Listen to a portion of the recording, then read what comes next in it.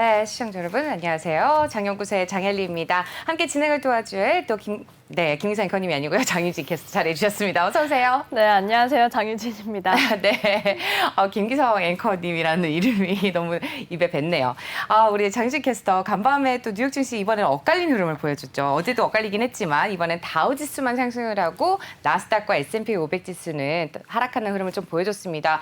어제 국제유가 얼마나 올랐는지 보셨죠? 국제유가가 정말 확 치솟는 그런 또 흐름을 가져갔습니다. 지금 네. 5거래일 연속해서 유가가 계속해서 상승 랠리를 보여주고 있는데요. 아무래도 맵으로 살펴볼 때에도 가장 그 에너지 섹터가 활력을 받는 부분을 보였습니다. 이어서 그러면 3대 지수에 이어서 맵을 확인해 보겠습니다.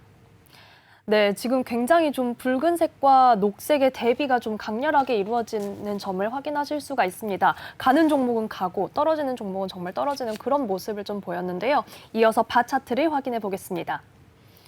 네, 역시 저희가 예상을 했던 대로 에너지 섹터가 정말 큰 폭으로 상승하는 흐름을 다시 한번 가져갔습니다. 평균 3% 넘는 강세를 가져갔는데요. 그리고 이어서 또 미국 10년물 국채 금리가 상승했다라는 소식도 좀 간밤 사이에 전해졌습니다. 여기에 금융 섹터도 에너지 섹터의 뒤를 이어서 평균 1% 넘는 강세를 보여주면서 상승 흐름을 가져갔습니다. 여기에 기초 소재와 소비 순환재도 상승세를 보였는데요. 하지만 부동산과 헬스케어, 유틸리티와 기술주 까지는 평균 1% 넘는 약세 흐름을 가져갔습니다. 네, 바차트 통해서 확인을 해보셨습니다.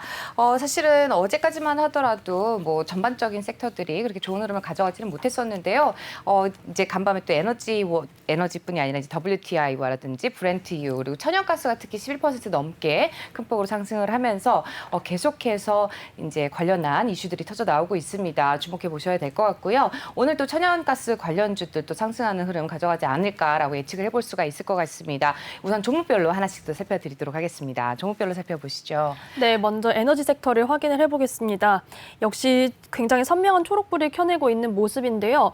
우선 이 유가 관련해서 두 가지 전망이 나와 있어서 조금 전해드리고자 합니다. 먼저 한국은행에서는 어제 내놓은 전망인데요. 국제 유가가 하반기에 70달러 내외를 유지하면서 내년부터는 안정세에 이를 것이다. 이런 전망을 내놨습니다. 그런데 골드만삭스도 간밤에 유가 전망을 내놨는데 조금 한은보다는 약간 굉장히 좀 나아가는 그런 전망을 내놨습니다. 국제유가는 더 뛸 것이다. 앞으로 더 뛸 것이고 WTI의 전망치를 77달러 선에서 배럴당 87달러 선으로 좀 상향을 했습니다. 또한 브렌트유도 80달러 선에서 3개월 내에는 90달러 선까지 도달할 수 있다. 이런 전망을 좀 내놨습니다. 아무래도 유가가 상승을 할 때 에너지 섹터 관련 종목들도 활력을 띠지만 전체적으로 물가 상승이 압박이 될 수 있기 때문에 이 점을 계속해서 주시하셔야겠습니다. 우선 에너지 섹터의 대장주인 엑슨모빌과 쉐브론이 선명한 초록불을 켜내고 있는데요.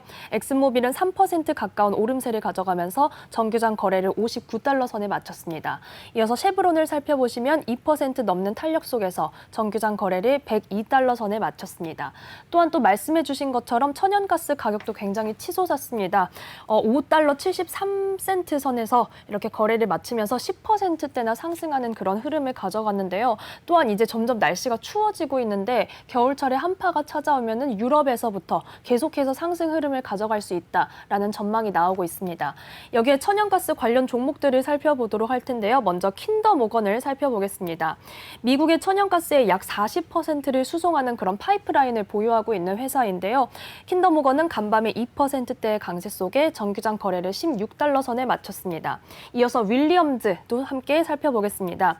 윌리엄즈도 역시 천연가스 관련 종목인데 배당 수익률이 굉장히 좀 높은 종목에 포함이 됩니다. 올 7월 기준으로는 배당 수익률이 6.26%, 그리고 꾸준히 배당금을 인상해왔다라는 추세가 분석이 되고 있는데요.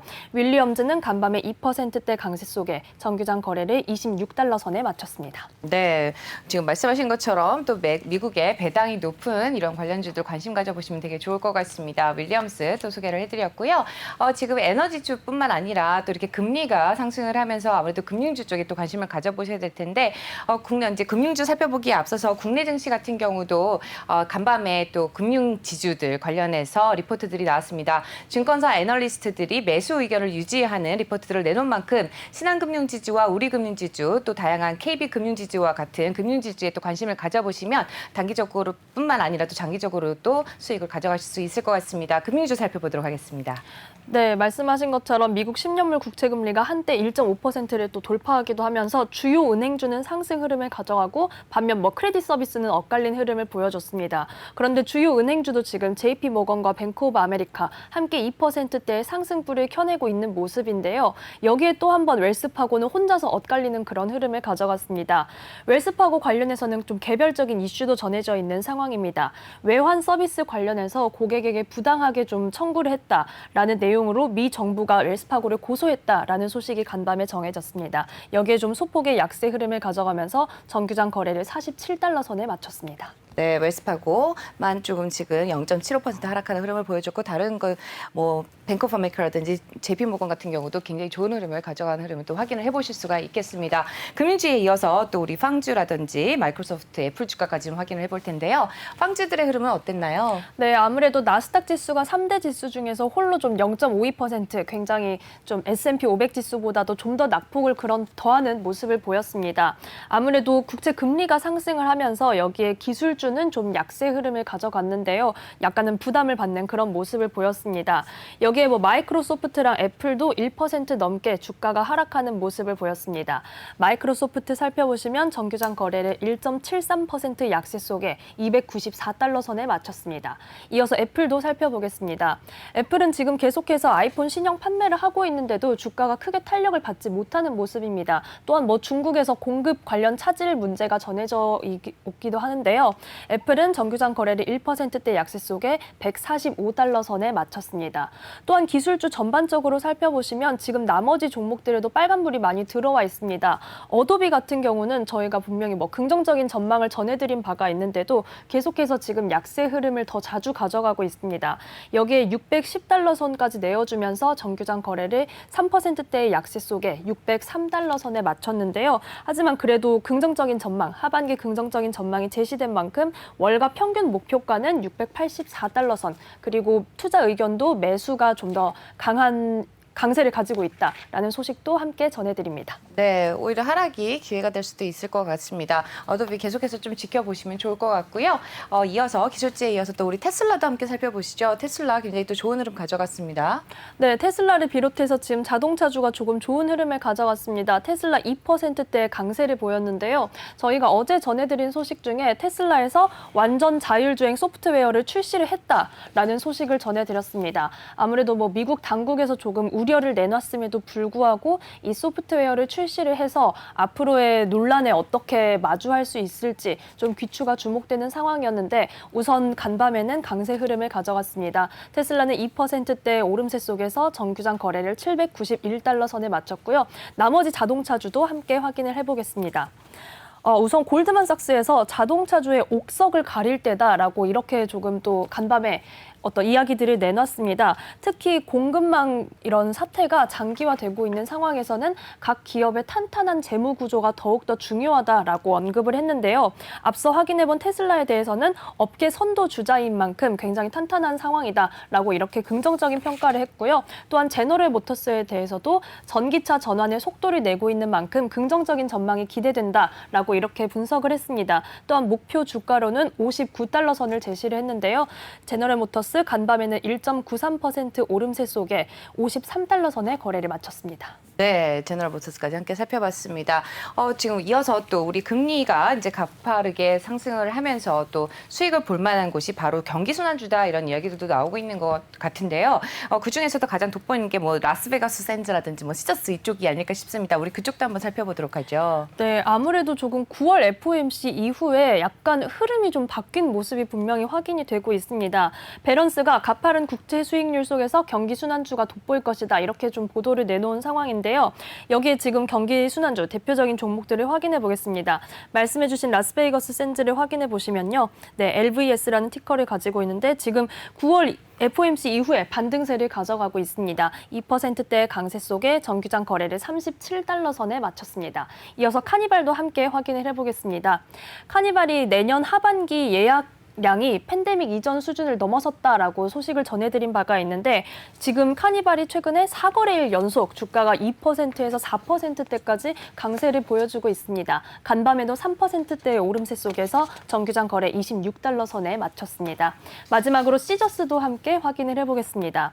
시저스는 저희가 지지난주 장연구소에서 매수 추천 종목으로 소개를 해드린 바가 있는 종목인데요. 3%대의 강세 속에 116달러 선의 거래를 마쳤습니다. 5거래일 연속해서 상승세를 가져가고 있습니다. 네, 시저스까지 함께 확인을 좀 해보셨습니다. 이렇게 경기 순환주에도 좀 관심을 가져보시면 좋을 것 같다라고 말씀을 드렸습니다.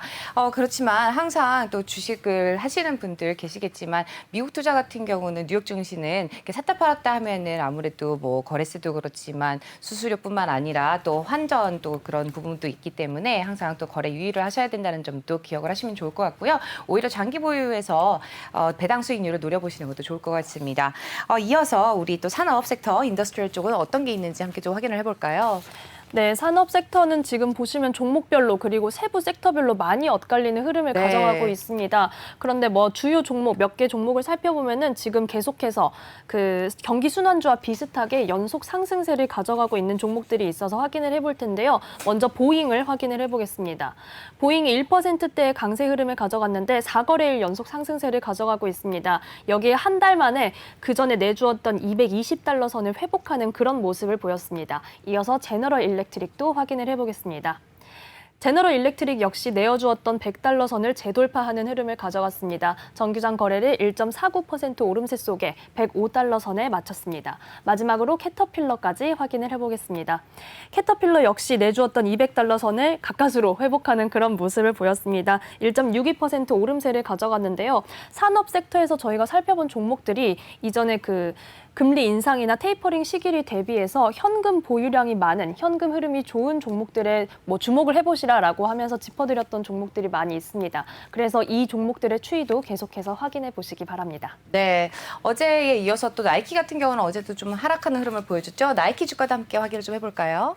네, 나이키는 또다시 약세 흐름을 가져갔습니다. 1%대의 약세를 가져갔는데요. 장 중반에는 조금 낙폭을 회복하는 듯 하더니 결국 장 후반에는 탄력을 다시 잃는 모습을 보였습니다. 정규장 거래를 148달러 선에 마쳤습니다.